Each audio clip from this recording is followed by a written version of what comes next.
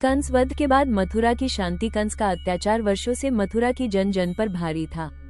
उसकी हर आज्ञा में भय था, हर गली में आतंक का साया और हर मन में एक ही प्रश्न, कब आएगा उद्धार। लेकिन जिस क्षण श्री कृष्ण ने कंस के पाप का अंत किया, उसी क्षण मथुरा की हवा बदली। मानो सैकड़ों वर्षों की पीड़ा एक झटके में दूर हो गई हो।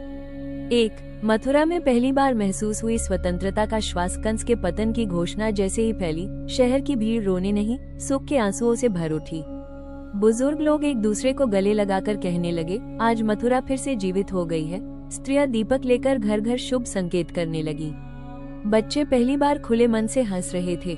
वर्षों बाद मथुरा ने डर की जगह विश्वास महसूस किया। कारागृहों का खुलना और बंदियों का मुक्त होना। कंस ने अनेक निर्दोषों को कारागृहों में डाल रखा था। जब श्री कृष्ण ने उन कारागृहों को खुलवाया, लोग उनके चरणों में गिर पड़े। सभी की आंखों में एक ही भावना थी, आपने हमें दूसरा जन्म दिया है। उग्रसेन का पुनः राज्याभिषेक। धर्म की पुनर्स्थापना के लिए श्री कृष्ण ने अपने नाना राजा उग्रसेन को फिर से मथुरा के सिंहासन पर बैठाया। जैसे ही उग्रसेन ने सिंहासन संभाला, एक दिव्य घोषणा जैसे आसमान में गूंज उठी, अब मथुरा में राज करेगा धर्म, न्याय और करुणा। श्री कृष्ण मात्र नायक नहीं थे, वे धर्म के संरक्षक बनकर खड़े थे। कंस द्वारा नष्ट हुए परिवारों में फिर से आशा का उदय। भय में जीने वाले परिवारों में अब पुनः जीवन की लौ जली।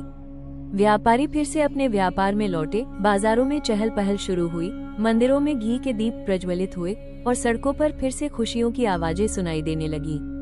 लोग कहते थे, कृष्ण ने सिर्फ कंस को नहीं, हमारे भय को भी मारा है। मथुरा में कृष्ण युग की शुरुआत। मथुरा अब पहले वाली मथुरा नहीं थी। कंस की अत्याचारी छाया हट चुकी थी और उसके स्थान पर था कृष्ण का प्रकाश। धर्म का पुनर्जागरण, सच्चाई और करुणा का राज्य। हर घर में एक ही विषय था, कन्हैया ने हमें बचा लिया। कृष्ण की विनम्रता। विजय के बाद भी नम्रता सबसे सुंदर दृश्य था ये। श्री कृष्ण इतने विशाल कार्य के बाद भी सिंहासन की ओर नहीं देख रहे थे। वे उसी सहज मुस्कान के साथ जनता को आश्वासन दे रहे थे, अब किसी को डरने की जरूरत नहीं, आप सब सुरक्षित हैं। यही उनका दिव्य चरित्र है। विजय भी करती है, पर अहंकार को जन्म नहीं लेने देती। निष्कर्ष। मथुरा में लौटी दिव्य शांति। कंस वध केवल एक दैत्य का विनाश नहीं था, ये धर्म की पुनर्स्थापना, न्याय की विजय और जन कल्याण की शुरुआत थी। कृष्ण ने मथुरा को भय से मुक्ति देकर फिर से शांति, प्रेम और सद्भाव का नगर बना दिया। अगर यह कथा आपके हृदय को छू गई, जय श्री कृष्ण कमेंट जरूर करें और ऐसे ही डेली स्पिरिचुअल इंसाइट्स के लिए हमारे चैनल को सब्सक्राइब करें। जय श्री हरि।